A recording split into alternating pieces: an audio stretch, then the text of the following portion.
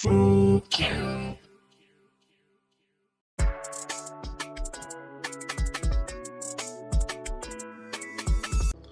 Well, I mean, we asked the other Archons through our adventure, so it's best we do ask. So let us go to the Academia. We're gonna just teleport straight up there. And we're going to see if Nahida maybe has some more knowledge to give us. And hopefully it'll shine some more light about how we can save our sister and stop the Abyss. And also wonder why the sister is helping the Abyss. That would still be a nice thing to know. Nahida! Hello, Traveler and Paimon. What a fantastic night. I'm still immersed in all the happiness and joy, like a candle floating on water. So are we, and that's why we're here to talk with you. Is there anything you want to know?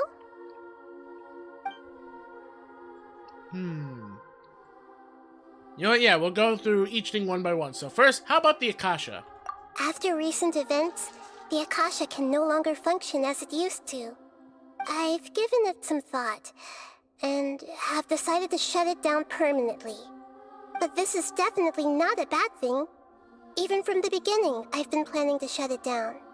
The Akasha's centralized administration of knowledge has always restrained people's curiosity and curtailed the number of paths available to them. I don't think this is good for Sumeru. Although people may initially feel a little uncomfortable with the loss of the Akasha, they will soon understand that this life is more suitable for them. And as for the future of Sumeru, I'm preparing to regain control of the Academia. The former sages have received their punishment, but the new sages have yet to be selected. I will oversee the process personally. I hope that the new 6th grade sages will be more focused on academics. Sumeru needs such leaders more than ever. The other big issue is the people of King Deshret. All the residents of the desert, in fact.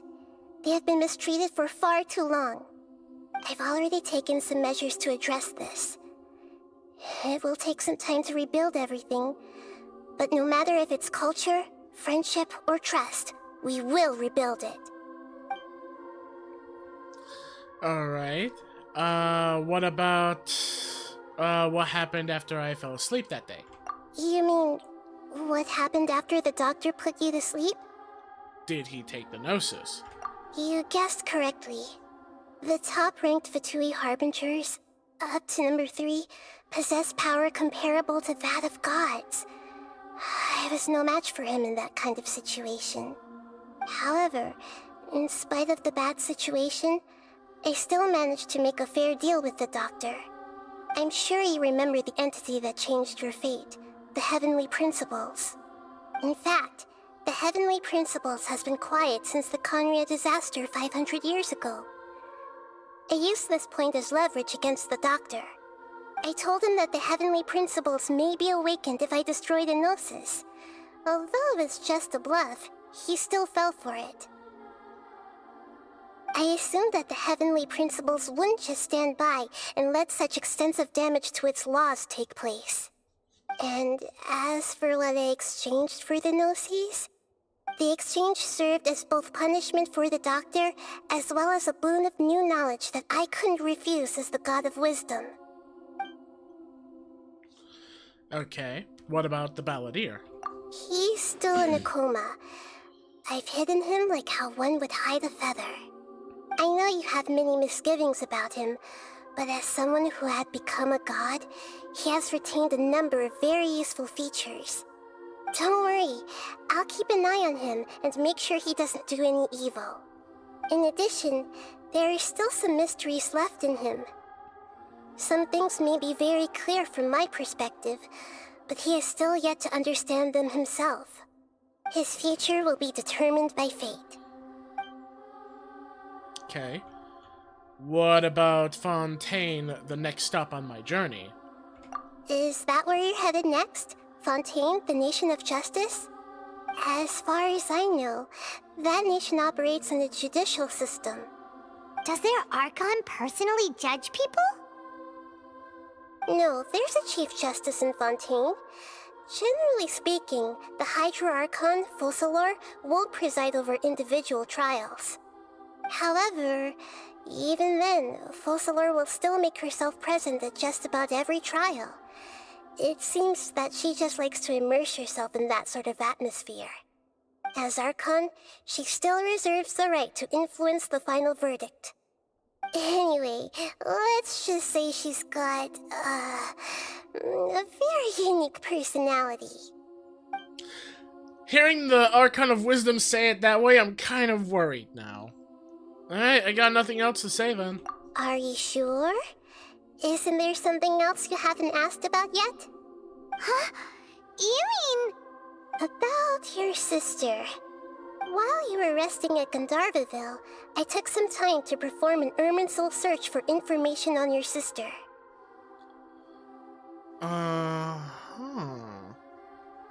Yeah, we both came from beyond the Sea of Stars. Yeah, isn't Irminsul a repository for all the information and memories of Teyvat? So there shouldn't be anything on him or his sister. This is true in your case. Irminsul indeed does not have any information on you. However, there must be something different about your sister. Because, as it turns out, the world has recorded information on her after all. What? Huh. There is only one possible explanation. She belongs to this world. How is that possible? We journeyed to the Sea of Stars all our lives until we came here. How could she possibly hail from Teyvat? Things don't add up. Is there something wrong with my memories? Or is it this world that has done something to her? But nothing about this makes any sense! Wasn't this your first trip to Teyvat? Do you know what she has been through? According to the records I was able to access, your sibling suddenly appeared in Conria.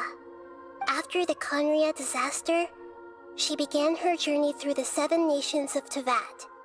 But just as her journey was about to reach its conclusion, the Irminsul records on her suddenly become fuzzy. What do you mean, fuzzy? Did something happen to her? All I know for sure is that somebody, for reasons only they can know, is deliberately obfuscating her fate. And whoever it is, if they can do that, who knows what else they're capable of. Could it be related to the Abyss? But even that wouldn't explain how she somehow comes from this world. Something else I noticed was that according to these records, the Fatui have not classified your sibling as one of the Descenders. Descenders? What's a Descender? Paimon's never heard of it. Look, I'm sure you must be curious about the information I received from the Fatui in return for my gnosis, right? A very important part of the intel was about this world's Descenders. External beings, ones that don't belong to this world. Traveler, you are Teyvat's 4th Descender. Wait, 4th? Who's the first 3? Is the sister number 3? Or is she number 1 or 2? Huh? So the Fatui count 3 other Descenders before the Traveler? And his sister isn't even one of them? That's right. Oh. My current hypothesis is that the first Descender was likely what we now call the Heavenly Principles.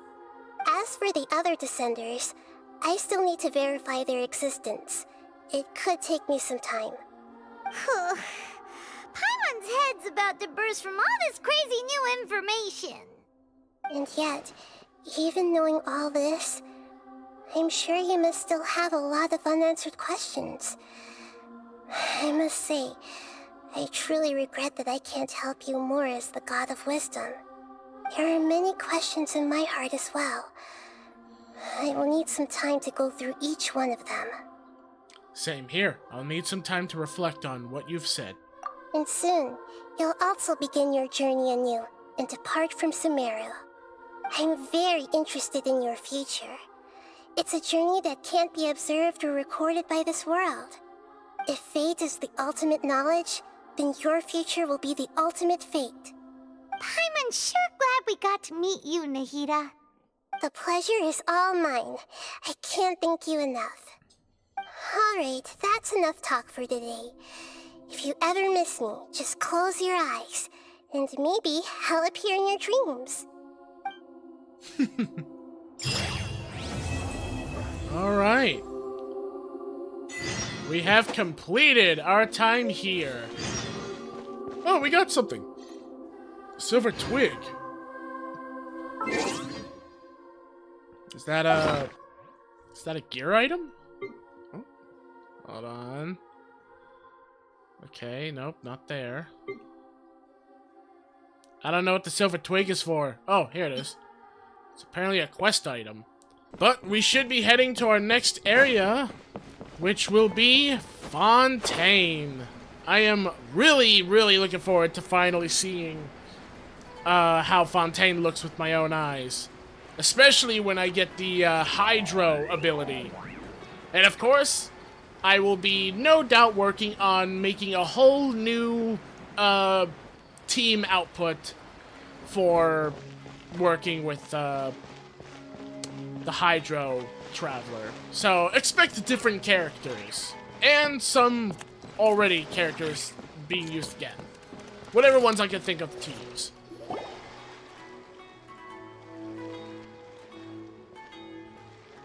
Huh?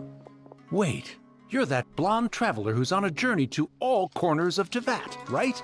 Yeah. Who's asking? Do you need something from us? You bet I do. I was worried I wouldn't be able to find you. I have a letter for you, you see. It's from another Outlander. He was a crafty fellow, let me tell you. Took advantage of a loophole in our mailing system by opting for guaranteed delivery, then filling in the most obscure mailing address I've ever seen. Well, we are always on the road, so yeah, it's pretty tough to get mail to us unless we happen to go to the post office on a whim. So, what address did that person give you anyway? He just wrote, next to a small, white-haired talking fairy. What? So the address is Paimon? Yeah, exactly, right? And if I failed to deliver the letter, I'd have been bound by regulation to compensate him. Really, he got me good. I count myself very lucky that I ran into you here. Congratulations, Paimon! You're my mailing address!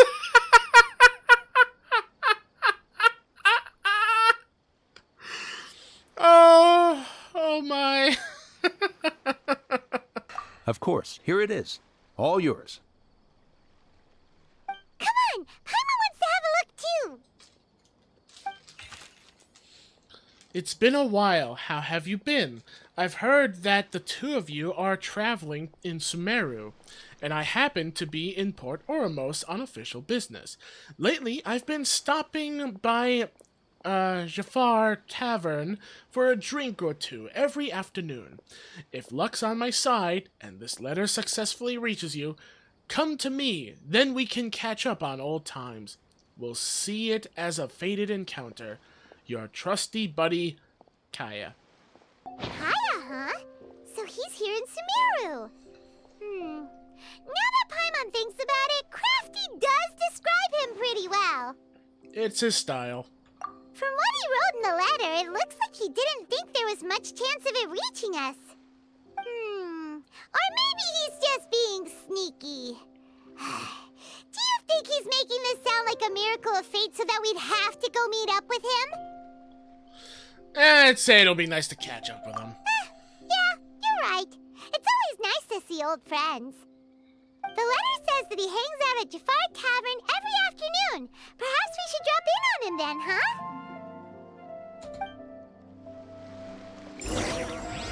Alright.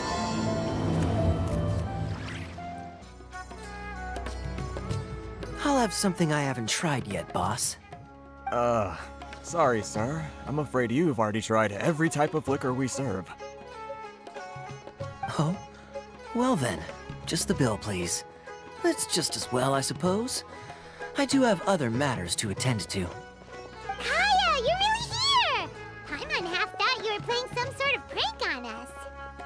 Hey, Paimon, traveler. Looks like the gods smile upon me after all.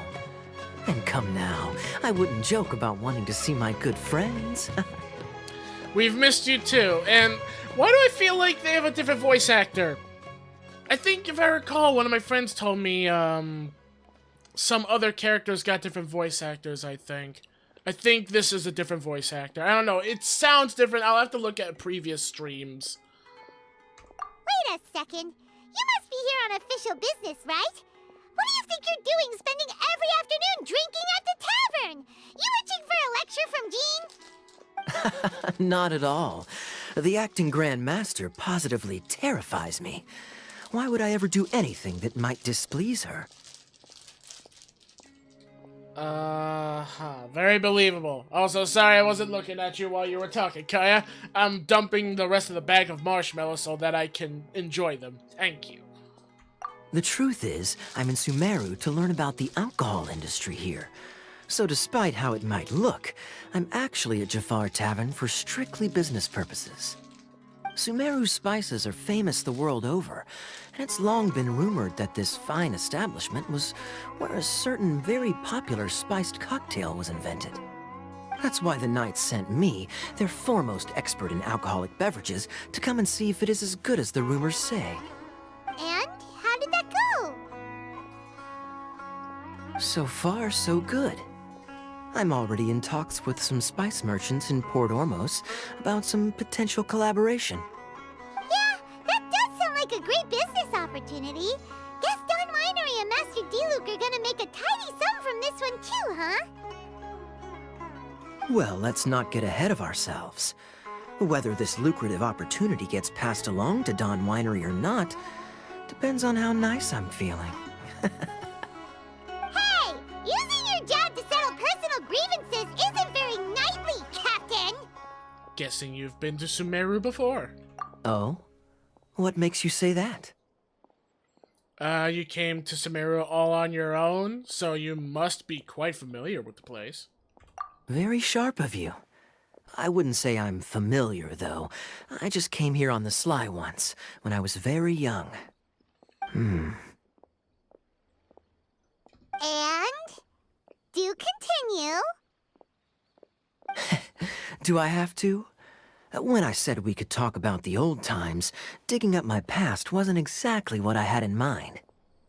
Alright, you don't have to go into great detail. Well, all right, since you're so interested.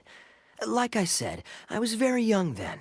Don Winery had only just taken me in.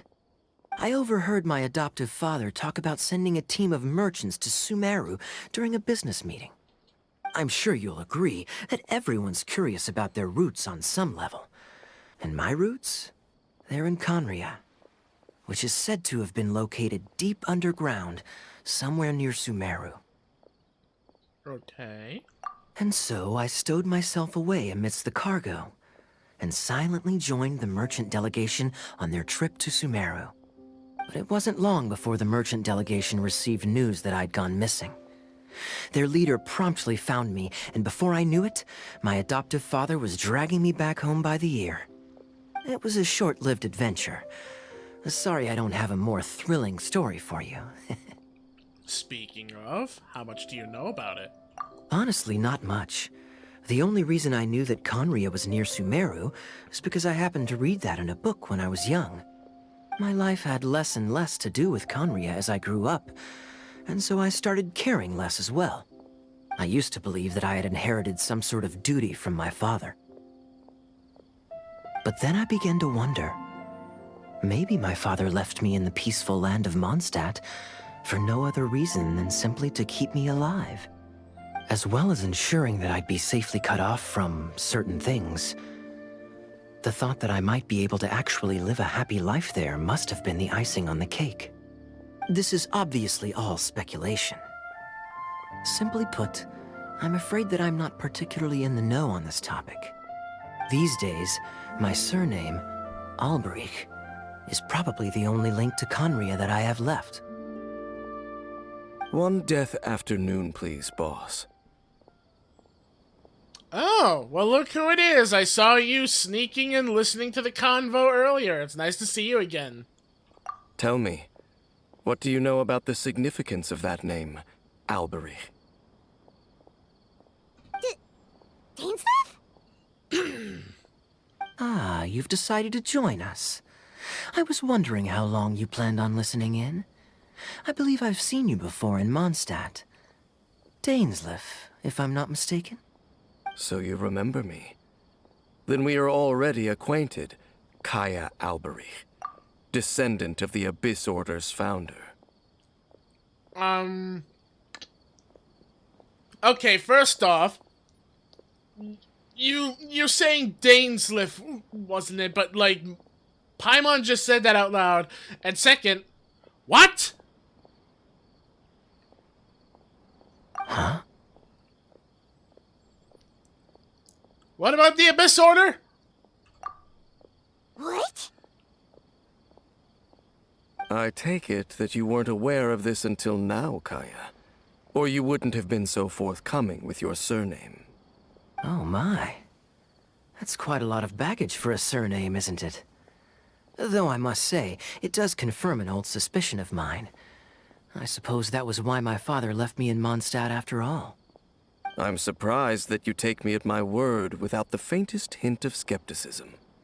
Well, perhaps what you told me just happens to answer some questions I carry in my memories.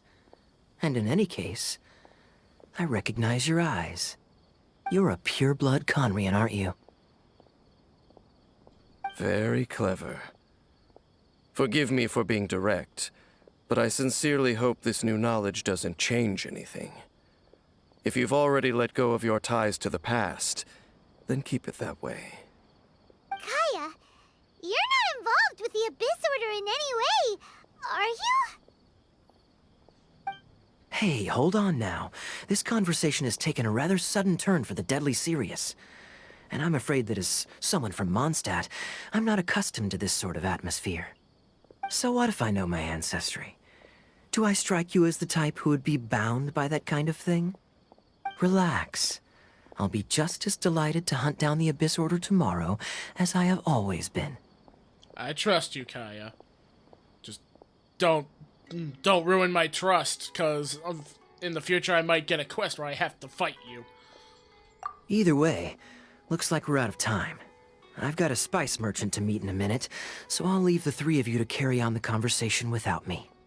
Well, alright then. You go do your thing, Kaya. See you around.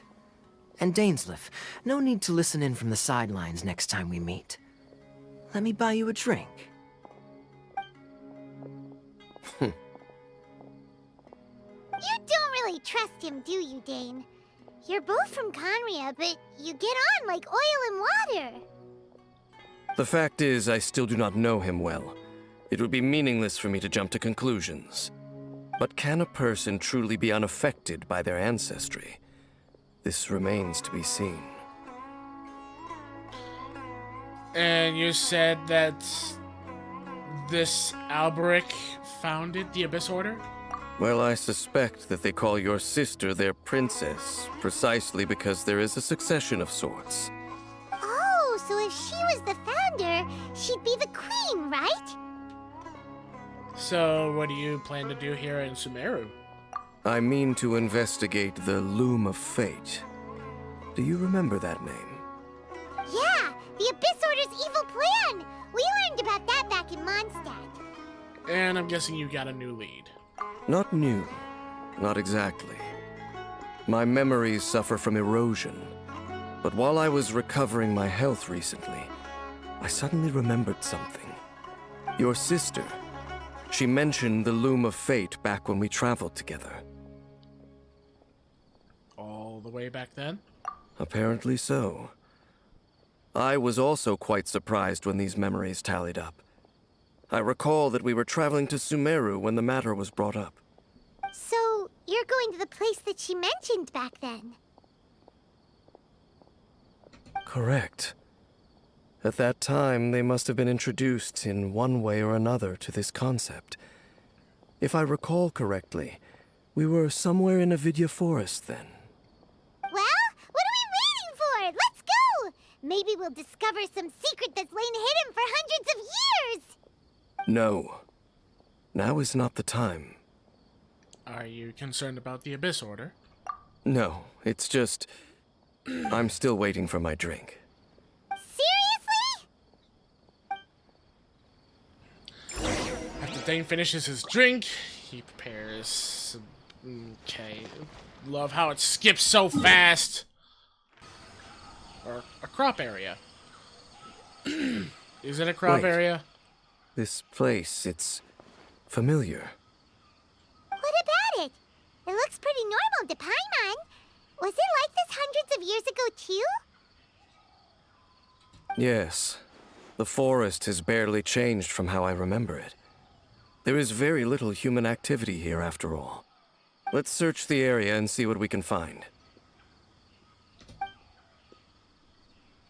Is this a field? It must belong to whoever owns that house over there. But it looks like it's been abandoned for a long time. You could be forgiven for thinking nothing was ever grown here. Or, wait, maybe nothing ever was grown here. It's an extinguished bonfire. Forest rangers, perhaps? Looks like it's been ages since it was last lit. And clearly they put it out carefully to prevent a forest fire, too. That's responsible. Nothing else stands out in this area. All that's left is that building. Come on. Wait, we're just gonna go barging in? What if someone's home? Unlikely. There are no signs of life in this area. We should be able to enter without incident. If you say so. Well, you lead the way then, Dane.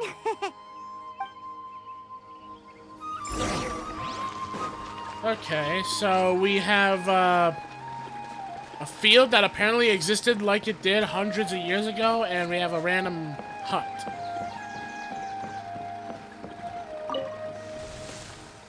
That uses giant leaves as a There door. really isn't anyone home. Ugh, this place is so dusty. Paimon bets no one's lived here in years. Investigate carefully. We mustn't miss a single detail. Okay. Also, what's that sound? Sounds like there's like a motor going off. Oh, whoops. This bed looks pretty ordinary. Huh. There's nothing underneath it either. What sort of person would want to live here? It's so dark and damp.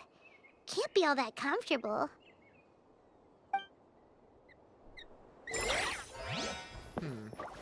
Okay. You know what? I'll investigate the box after. Investigate this. Hey, look! It's a bowl! Guess whoever used to live here liked to cook, huh? Can't you smell it? There's a heavy scent of medicinal herbs in here. Oh, so it's a medicine bowl? Seems you're right. You've got a good nose on you, Dane.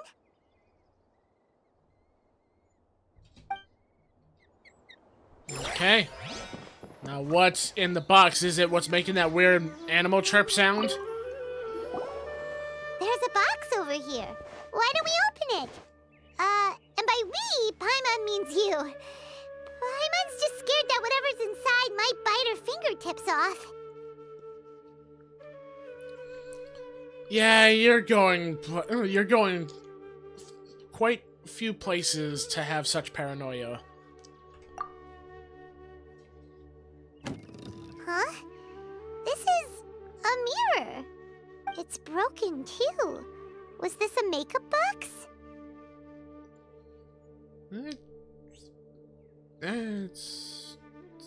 It looks like it's just a regular mirror. That's kinda disappointing. Paimon was hoping we'd uncover some super big secret, especially after Dane talked this place up. Doesn't look like there's anything else worth our attention here. You sure we're in the right place, Dane? My memories are quite foggy, but my subconscious and instincts both assert that something once happened here. But we'll exhaust ourselves if we search aimlessly. I hear noises outside. Let's go and check. Noises? Is it... It's not much. Just some minor adversaries. Minor adversaries?